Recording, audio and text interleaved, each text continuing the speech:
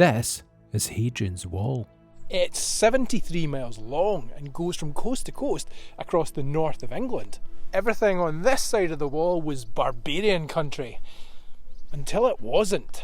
The story goes that George R.R. Martin stood on this very wall, looked north, and got an idea about what might lie beyond.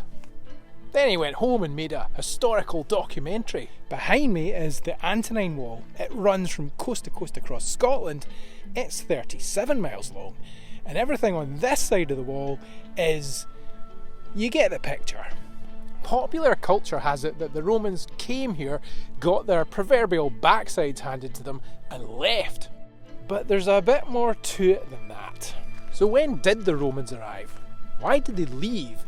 And how far did they really get?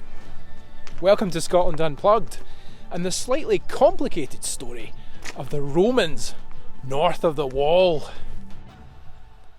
It was the celebrity emperor Julius Caesar who first had a go at Britain in 55 and then 54 BC as part of his Gallic Wars. He claimed they were helping his enemies. He should maybe have looked a bit closer to home, or just looked behind him.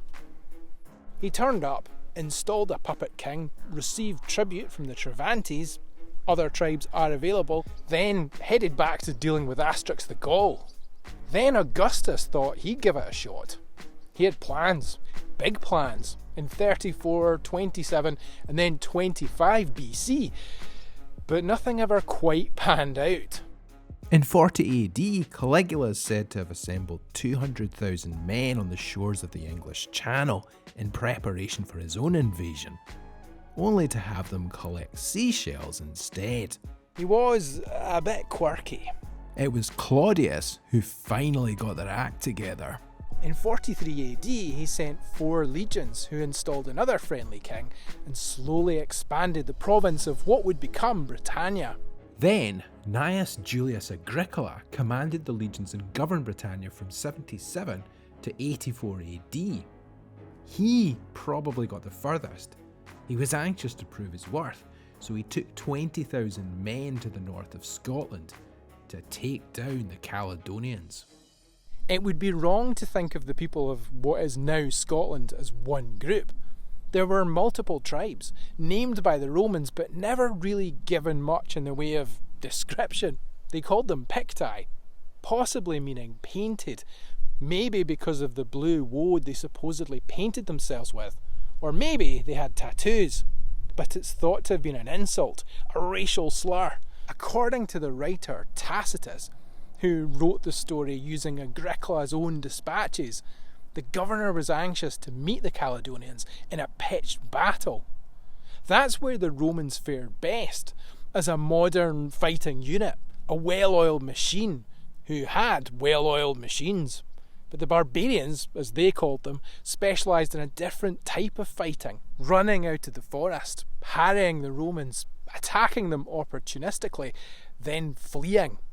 So as they headed into the autumn in AD 83, at the end of the campaigning season, before the harshness of the Caledonian winter, he attacked their grain supply, leaving them no food and no choice. A warlord or freedom fighter by the name of Calgacus is said to have gathered the Caledonian tribes and with around 30,000 men met the Romans at the Battle of Mons Grauphius, inspiring them with a freedom speech. But now there is no people beyond us. Nothing but tides and rocks, and more deadly than these, the Romans.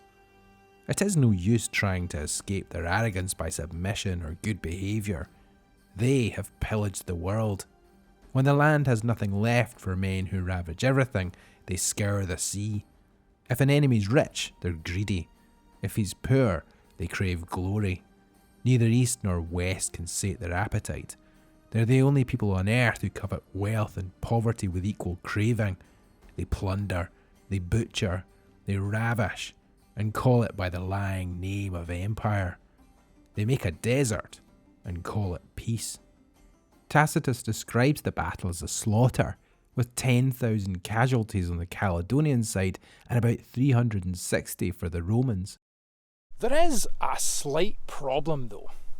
Tacitus was Agricola's son-in-law and probably wanted to big him up a bit.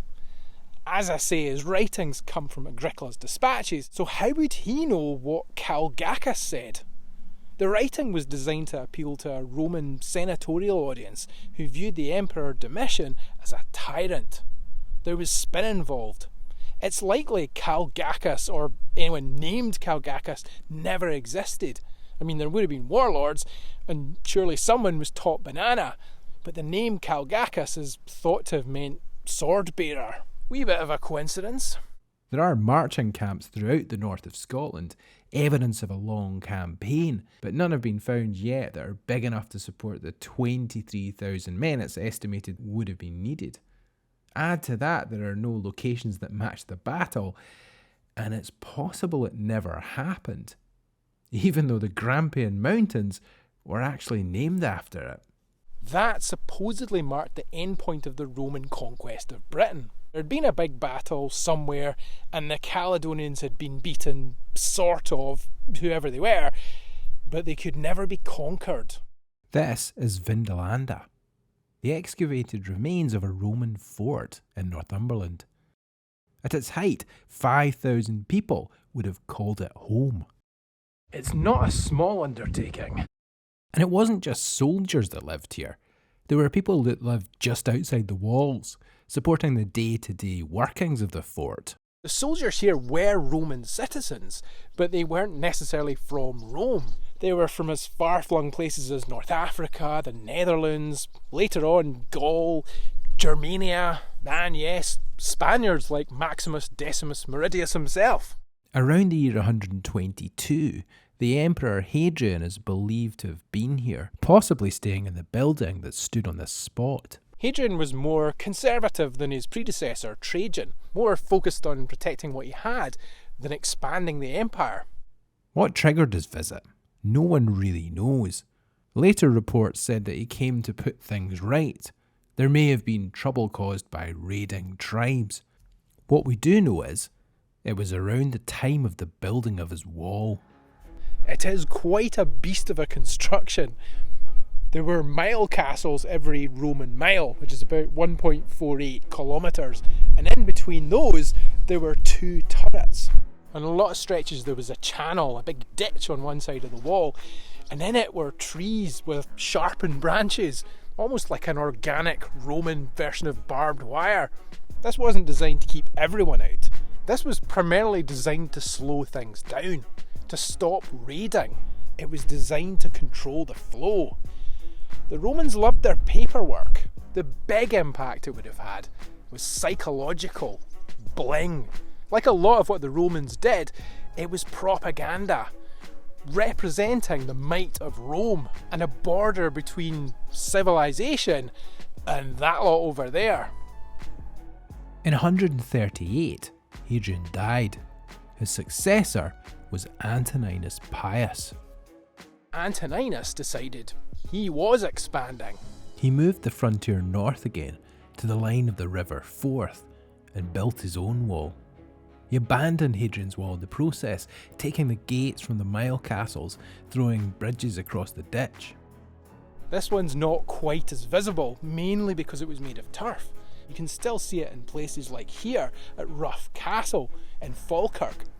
It's 3 metres wide, was 3 metres tall, and was thought to have had a palisade wall on the top. It would probably have looked like the reconstruction of the wall at Vindolanda.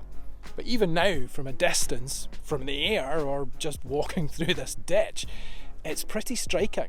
The first time I came here, it was by accident. I was passing on my way to the Falkirk Wheel. I knew it was in the area, but seeing it was unmistakable. This is Rough Castle. What you can see are the remains of what is the second smallest but the best preserved of the 16 forts that sat along the Antonine Wall. Here you'll also find the tallest section of rampart left.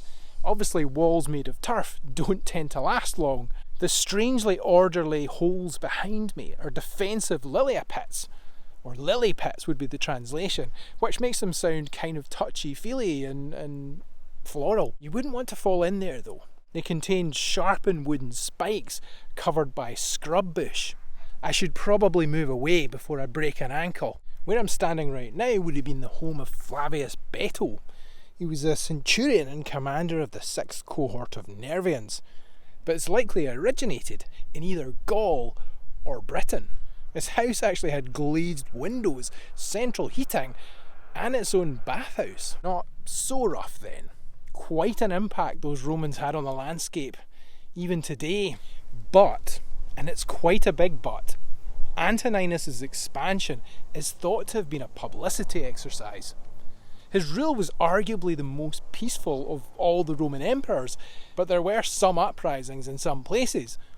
By pushing his empire north, he may have been aiming to take the heat off things at home. He even had coins struck, celebrating his expansion, but it didn't last. 20 years after the wall was begun, it had been abandoned. The lowlands of Scotland were considered a barren place. If you've ever spent time up in the moors, you'll know how the Romans might have felt. And there wasn't the same kind of buy-in, the same kind of Romanisation as there was in the south, where people adopted the culture, taking Roman names, customs, life improvements, togas, personal hygiene. And that meant supplying the wall and the soldiers based here was a pain in the neck. The Romans fell back to the safety and security of Hadrian's Wall. By the turn of the 2nd and 3rd centuries, there were regular reports of raids south of the wall. When the Emperor Commodus died, that led to infighting and the Year of the 5 Emperors. A large part of the Roman force in Britain went off to fight on the continent, and there was unrest in the north of Britain. When they'd shaken things up and everything had bottomed out, the new emperor, Severus Septimius, went north again with his son Karakawa. He's thought to have arrived in Britain in the year 208 with 40,000 men. According to the writer Cassius Dio, wishing to subjugate the whole of Britain, he invaded Caledonia. He wanted to stamp his authority on the country. He wanted genocide. Dio quotes him addressing his army massed in York and telling them, "You should kill everyone, even the babes in their mothers' wombs." He secured Hadrian's Wall, then the Antonine Wall. Then he marched his army further, following the same route as Agricola had. But the Caledonians weren't stupid. They'd gone back to guerrilla tactics, causing as much mayhem as possible, but refusing to meet the Romans in an open pitched battle. Eventually, tired and unwell, Severus Septimius moved south to York to rest and recover. And then he died. His son, Karakawa, marched south again. It would be the end of the last major attempt at an invasion. The Romans stayed in Britain until 410 AD, then with trouble brewing elsewhere again, they left. It would be a few hundred years before we caught up to where they were. Mad when you think about it. All the stuff they brought with them that just vanished. Because presumably people didn't have the knowledge, or I don't know, maybe it was the weather, maybe people were just depressed and they couldn't be bothered to keep up the maintenance. What they did leave was a physical border. And presumably a level of pride in the Caledonian, Pictish, whoever they were, tribes. Eventually they'd come together, and along with new arrivals, they'd go on to form a nation.